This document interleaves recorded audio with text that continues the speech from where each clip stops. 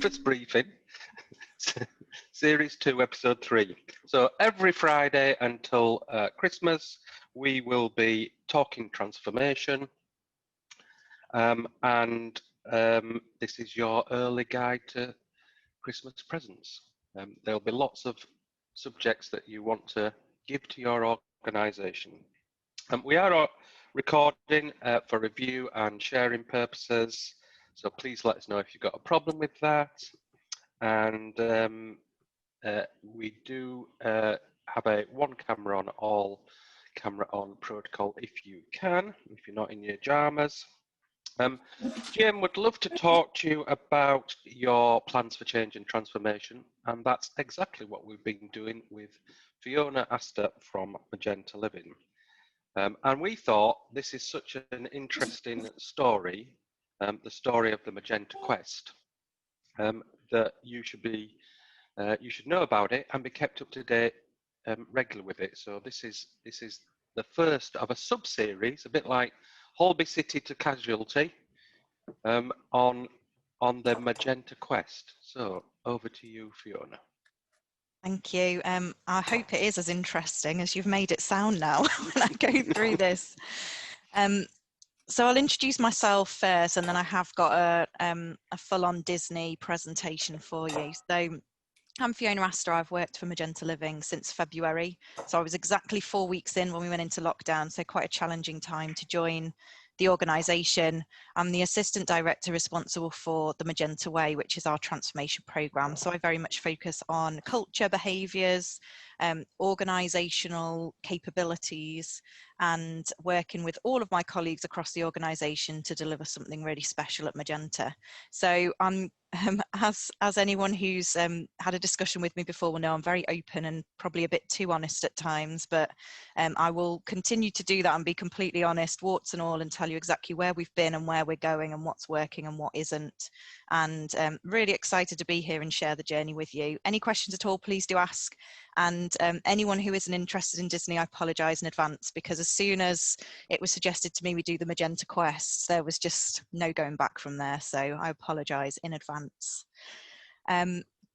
Could you allow me to share my screen, please? It says it's disabled. Oh, there we go. Thank you. So, the Magenta Quest. So I'm going to introduce you to a Disney epic by Magenta Living. This is completely me, by the way. I'm sure Magenta Living would not support me in stealing Disney copyright, but if you bear with me, I'll talk you through. It will all make perfect sense as we go through. So once upon a time, definitely dark times came to Magenta. So about 2 years ago, we received a regulatory downgrade. I wasn't at the organisation at the time, but I have been at an organisation when there was a regulatory downgrade issued, and it is a dark time. Everyone takes a lot of personal reflection and feels a lot of responsibility for what's happened. What was really interesting with Magenta's downgrade, and I say interesting, I'm sure the people who went through it would not use that word, but actually the regulator found that a lot of our failings were to do with culture, behaviours, silo working, all the things that we knew existed in the organisation but had never really been tackled. And actually it was an electrical safety issue that we were downgraded for, but it had very deep roots in the way we worked and in the fact that we had very much a blame culture. We didn't want to take responsibility. We weren't giving true assurance over our activities, and we were actually covering things up. So following that, there's clearly something that needs to change at the organisation, and I think true testament to the leadership team, they absolutely grabbed this with both hands and said this is no longer going to be acceptable and we are completely changing the way we work. So we felt sad, much like Bambi. When Mother died, we felt incredibly sad, felt like we'd lost part of our organisational identity actually, because we'd been Magenta, we'd been sort of the heart of the Wirral for such a long time. It was a real kick to know that a failure of this magnitude could happen, and that it was due to culture. So we injected some Olaf positivity, and we said we're absolutely going to get through this and we're going to tackle it. We're not going to shy away from it. We're not going to get defensive. We are tackling this head on. So the chief executive was instrumental in this, along with the board, and they said, we have faith in you. you need to fix this. So huge organizational restructures happened. Of our senior leadership team, I'd say 50% of us are new. They completely went through the organization and said, it's no longer good enough to do your job. You need to do it in the right way, and you need to exhibit the right behaviors. You need to work with others to make this happen. And anyone who couldn't get on board with that, they were invited to seek opportunities elsewhere. And anyone who could, and perhaps they also looked at those people who perhaps hadn't been performing, but because they hadn't been allowed to perform and they hadn't been allowed to grow. So actually what they didn't do is what a lot of organizations would have done, is replace the chief exec and bring in new leadership. They didn't do that. Half of our exec team were going through this whole process. The other half are new, but actually that was the result of a restructure. So really this is very, very embedded in the organization, as you can imagine. What has been really pleasant for me coming in, because I wasn't quite sure what was going to happen when I came in, is that the people who are there now have an absolute desire to make Magenta a brilliant place and to make it great for our customers, great for our staff. We recently did a workshop with Golden Marzipan, and I remember Peter saying to me, there's no blockers in the room. This is amazing. We very rarely get this, where there's literally nobody in that room who doesn't want this to be a massive success. So that kind of gives you an idea. We've got great people who really want to make Magenta great. What we need to do is focus that energy in the right place and not get overexcited and end up actually going back and regressing to where we were before, because we don't actually tackle this properly. So now the adventure begins. It's brilliant. We have pretty much a blank canvas. We've put all the issues on the table. We've documented them. We've shared them widely. We know what they are. And I'll take you through some of our villains in a minute that are the things we need to overcome. But it's a great place to be. We have the energy, we have the desire, we've got some challenges, but we're in a good place, and we've got that commitment. Everything that I take to the exec team and say, do you know, I think this would really work, they get behind. Even if we end up going down the discussion and we agree that it isn't the right thing right now, they get 100% behind it. So it's a great place to be, completely blank canvas, and it's exciting. So I'm going to introduce you to the cast today and the villains, and share with you some of the personalities. And I'm hoping over the next few series that I'll be able to invite some of them along as well. I know they're quite keen to get involved, although they might not be when they see which characters I've assigned them. We'll wait and see. But they really want to come along and talk to you as well about their personal experiences. And some of those people who went through those dark times as well will come along and be very open as well about how they've seen things change and what has made the biggest difference. So this is me, the transformation lead. Those of you who don't know the story of Tangled and Rapunzel, she's just very naive, goes into everything thinking the world is rosy, and then hits things with frying pans if it doesn't quite work out that way. And that's very much how I sort of talk about myself, that my manager said to me, oh, it's great, Fiona, you just ask all those naive questions no one wants to ask. I'm not sure if that was a compliment, but it's so true. It's just go into everything with positivity and see what happens, but also very happy to hit it with a frying pan if it isn't quite working. Rapunzel in this movie also has a lovely green lizard that goes around with her and is her sidekick. I don't have a lizard, but I do have 2 children who generally are attached to me, so we can accommodate that. So the exec sponsor, Jane. Jane is very much joy from inside out. Those of you who haven't seen it, she is the joy inside your brain that makes everything happy. Jane is fantastic. She's got so much energy, and she gets equally as excited as me about just about everything.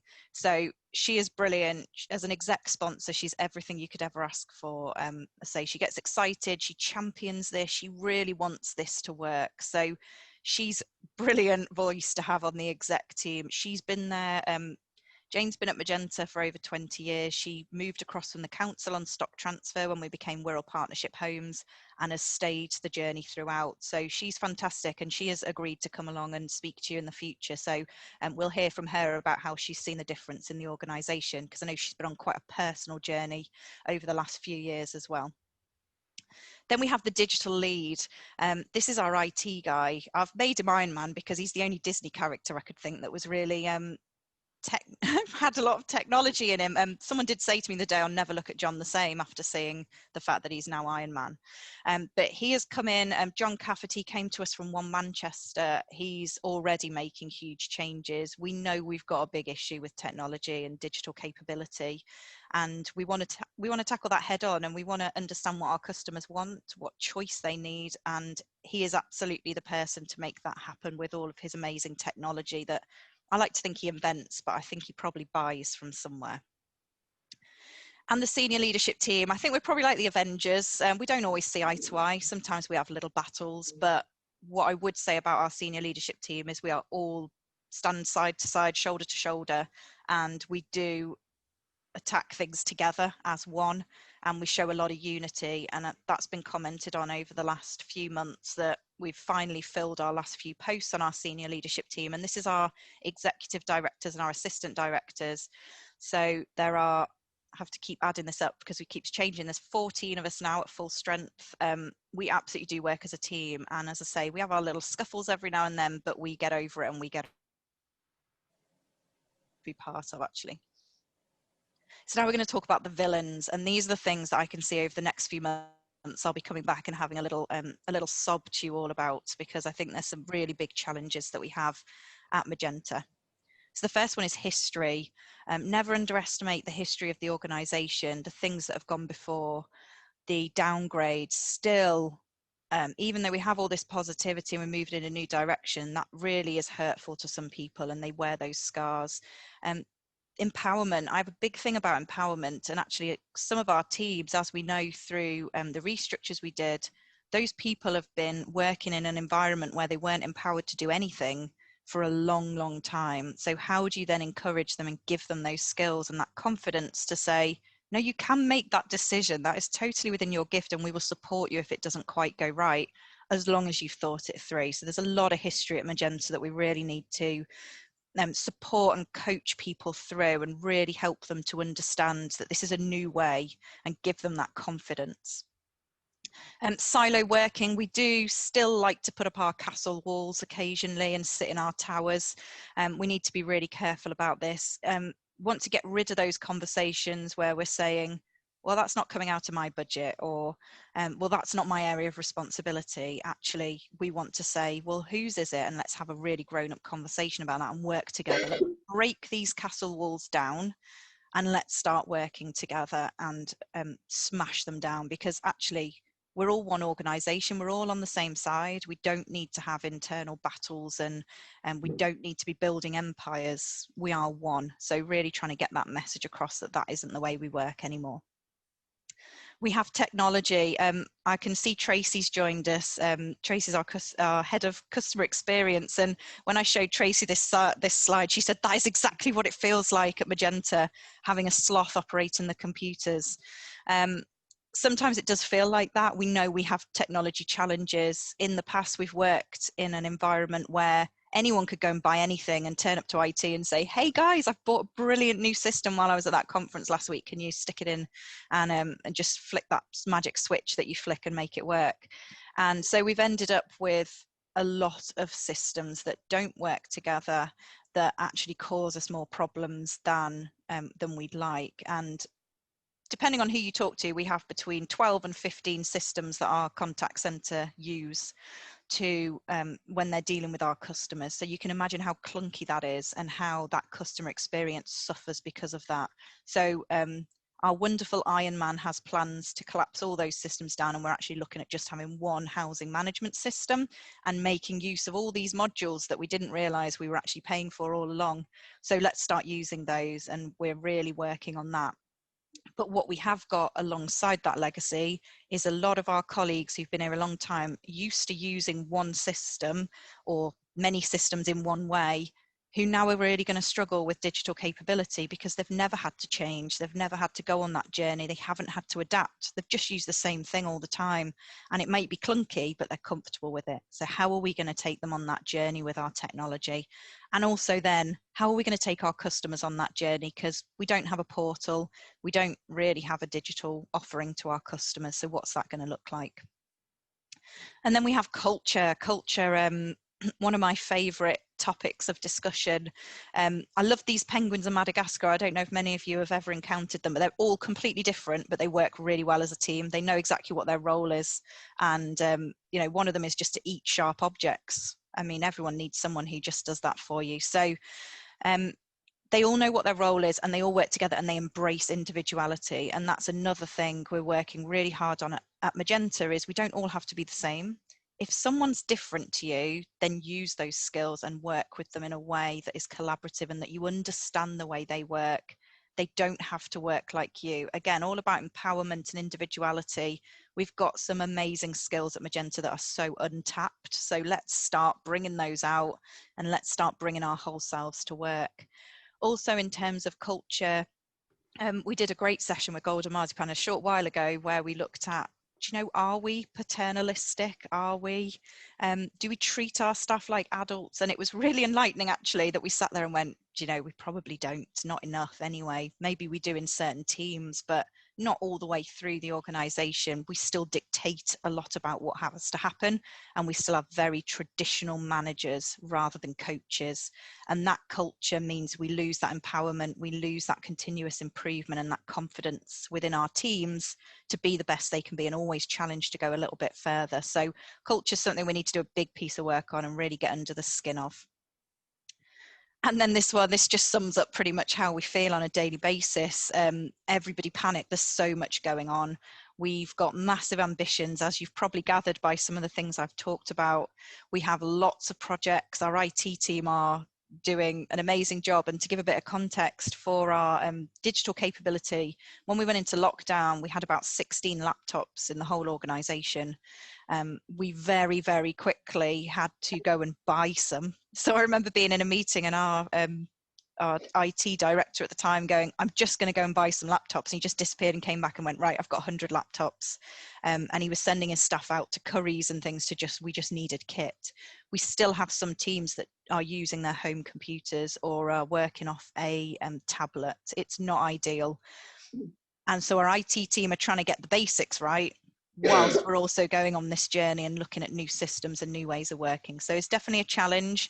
We're challenging people. We're saying, you know, step up, take responsibility, join I'll talk about our experience panels in a while, but we're asking them to take more on. Don't just come in and do your day job, contribute, make a difference. So there's a lot going on, and it's a real balancing game to try and control all of that. So I love this quote by Walt Disney, and it's about think, dream, believe, and dare. And I think we've done the thinking, we've done the dreaming, we absolutely believe we can do this, and now we're at daring, and we are really going for this. So progress so far, sometimes it feels like we're on the Polar Express and we're going on an incredibly long journey full of perils, and we don't really know where we're going and where the Father Christmas is truly going to be at the end of it. So we have our customer and colleague panels. We've established these. We've got our first meeting today, which is exciting. And we ask for applications from across the business to be on our customer panel or our colleague panel. And these are very much about empowerment right from the roots of our organisation.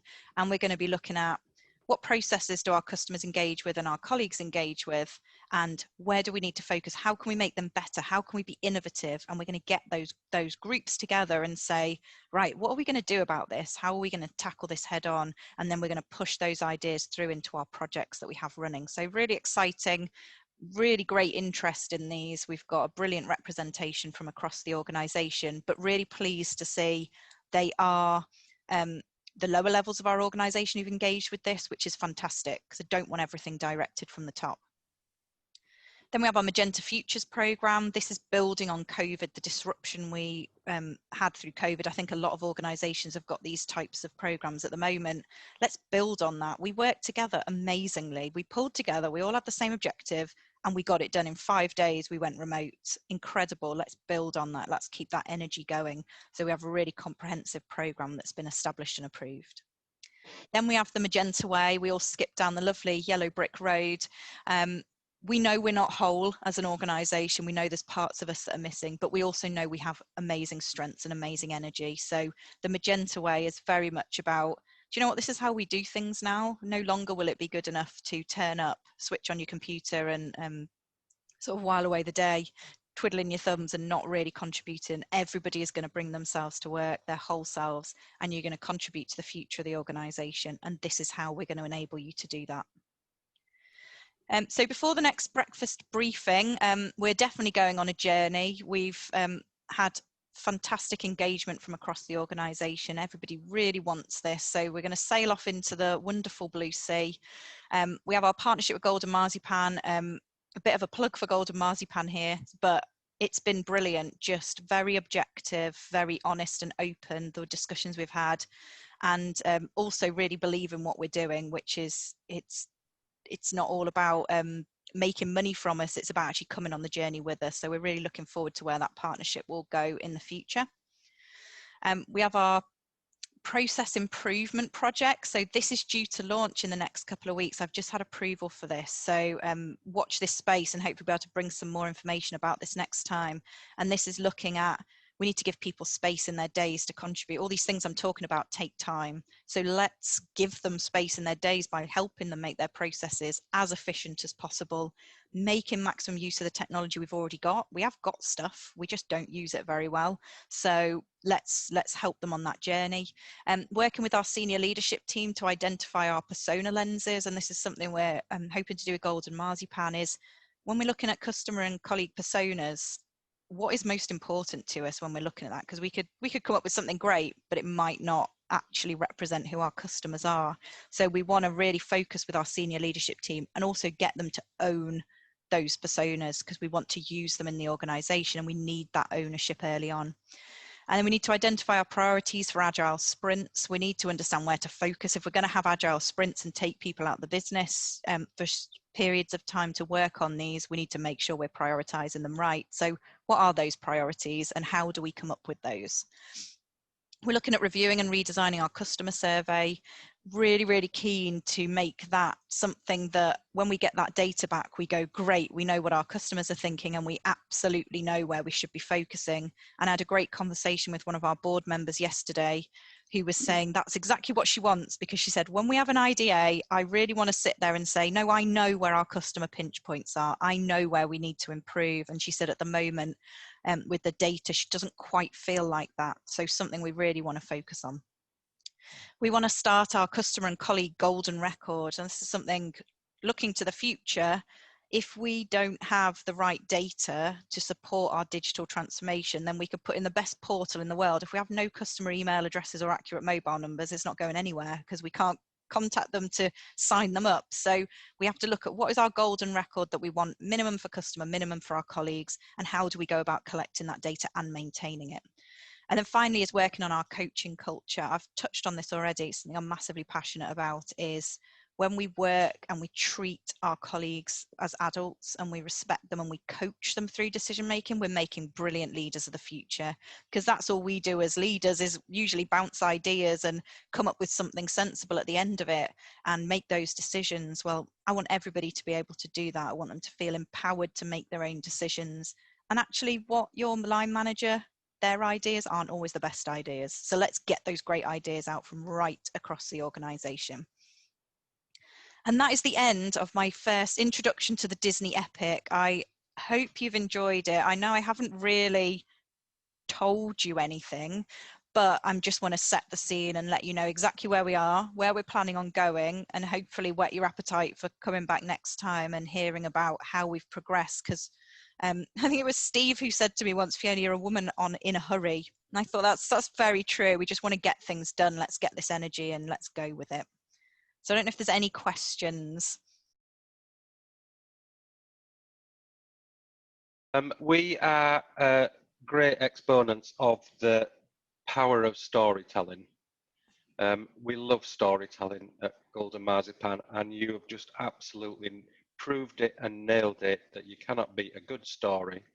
I know there's another Disney fan in the room in terms of Katie Dungworth, so she will be your biggest fan. I've got a question. Thanks, Melanie. Melanie, you're from Settle? Settle, yes. Which is based in? Letchworth in Hertfordshire. Letchworth in Hertfordshire, yeah. I think fairly similar size to Magenta as well, if I remember rightly. Okay. Good. So yeah, thank you very much. Really, really good storytelling. Actually, I can't wait to see the next bit of the journey. Rings a lot of bells with what we're doing at Settle. And I was just wondering, you said about your housing management system. So it sounds like you're looking on building on the housing management system that you already have, rather than replacing it entirely. And I was just wondering what system that you are using. We use Northgate.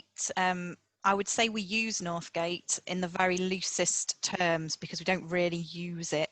The systems we have pretty much are just repositories for information. So we have many different systems that we use for elements of the housing management system. And I say we're just trying to collapse them all down, upgrade Northgate, because I think it's probably from about 1982, and update it to the latest version. And then we've realized we own, and we have been paying for quite a long time, every module that Northgate offers. We've just never turned any of them on.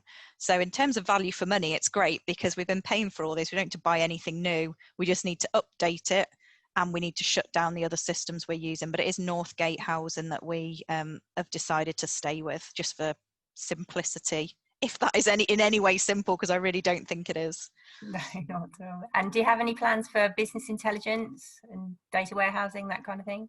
We do. Data warehousing is something we're working on, and we have a real issue with getting information. I'm looking at Tracy, because Tracy manages our complaints process, and really, really tricky to see the whole information about a property or a person because it's in so many different systems.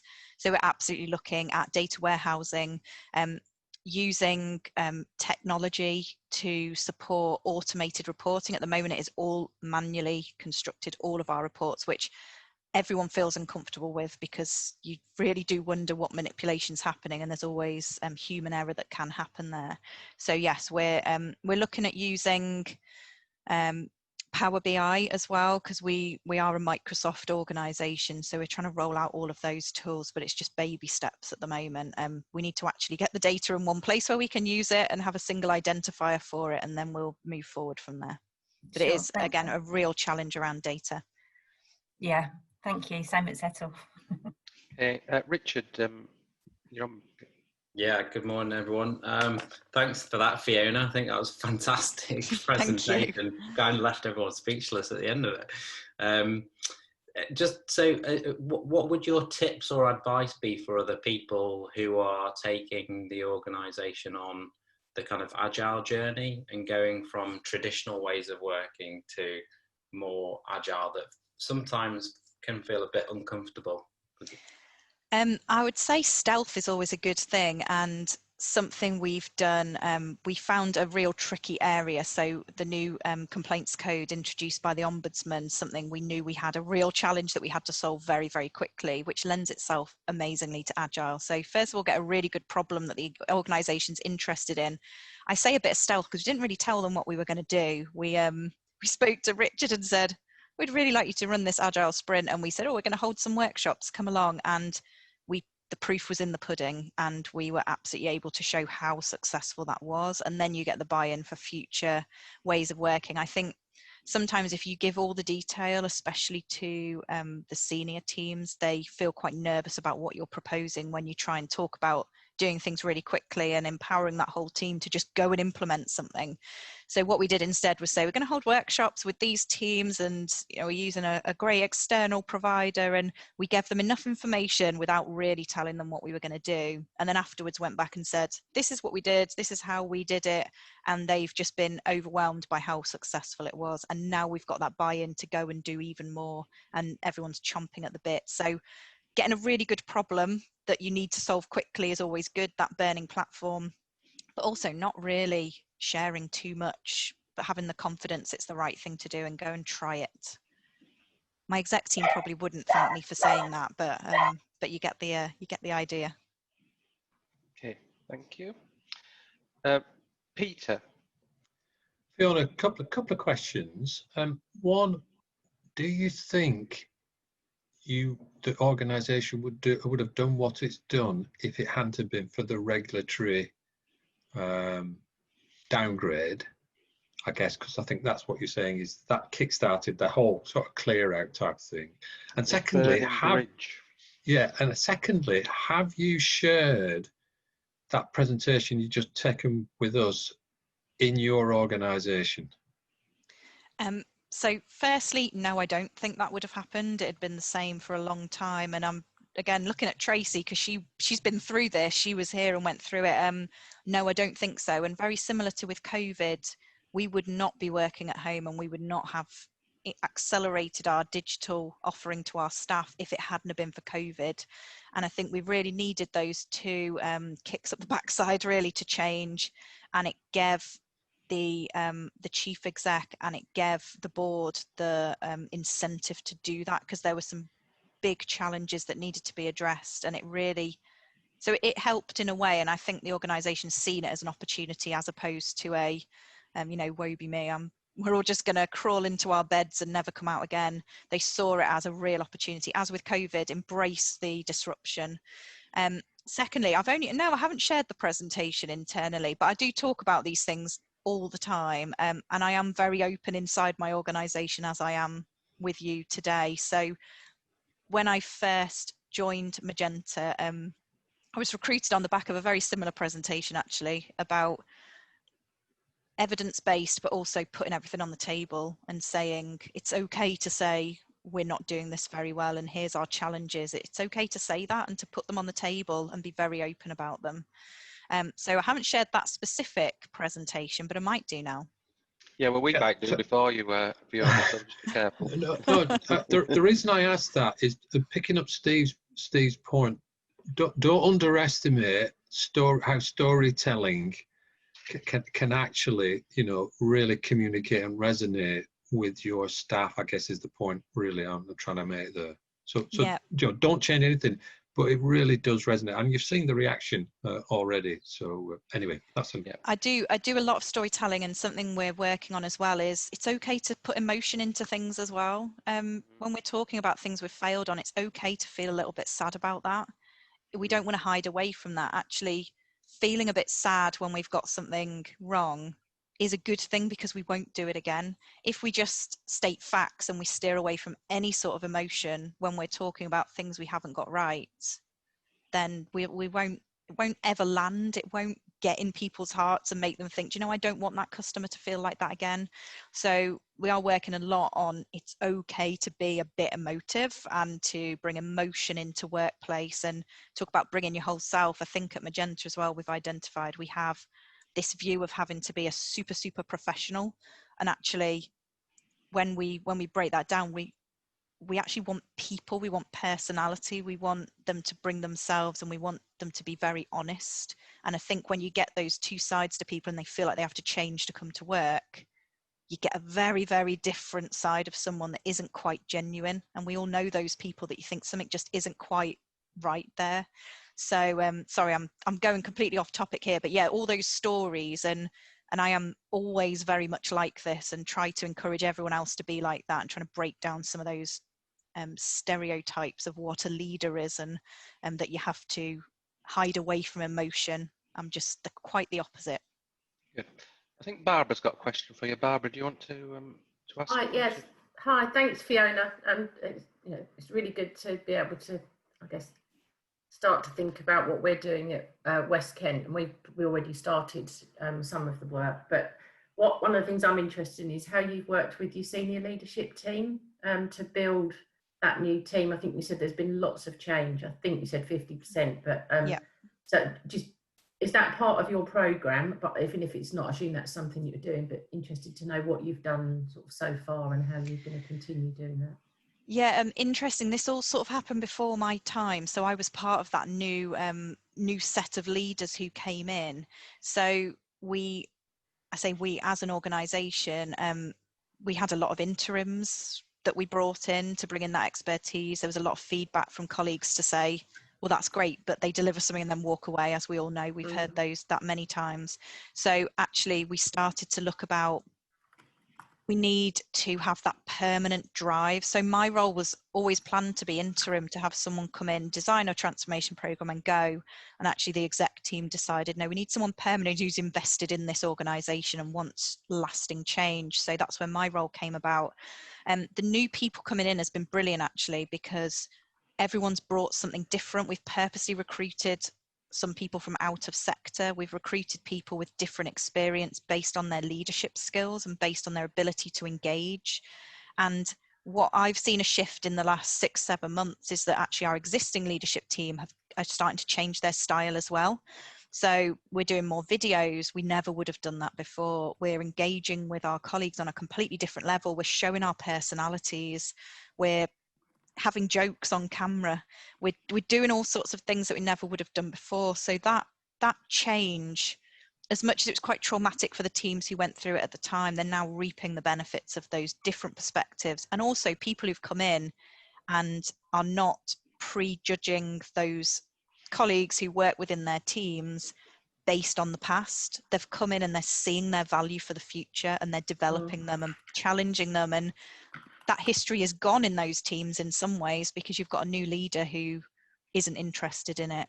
So it's been good. Our exec team, we've had 3 remain and 2 new come in, and at our assistant director level it's about 50% have come in new, but they're all permanent, which I think is a really great statement. We're just in the process of having our last interim leave the business. He's just finishing off a project. So it's been great, and now for the first time in quite a long time we've got that real stability around our senior leadership team, and we genuinely want to work together. And I think for me, I've done these types of roles in the past where I haven't been part of that team and I've reported in. For me, it's so crucial to be part of that senior leadership team, to influence at the place where you need to influence. And I'm now acting as the bridge between our middle leadership team and our senior leadership team, and working with them as well to bring them on that journey and to have that really close working relationship. So I think it's really important to have this role at the right level as well, to have that influence. But they're a great bunch. I can't sit here and say, oh, I've changed anything. They're just a great bunch of people actually who work really, really well together and are really interested in the future of the organisation. Okay, hope that helps, Barbara. Angela, any particular aspects of the story that you're interested in? I think for me, I'm an interim, and it's really interesting in terms of what you're saying there, because I'm from Bristol City Council. I've been working with them for the last sort of 18 months, started on a transformational change, and it's the cultural side for me, in terms of that, when you're empowering people and giving them permission to influence and get involved, and how that challenge, because that is a challenge. That's what we're finding is about, as soon as you start to give permission, there's a cynicism, there's a wariness about it because they've never been there before.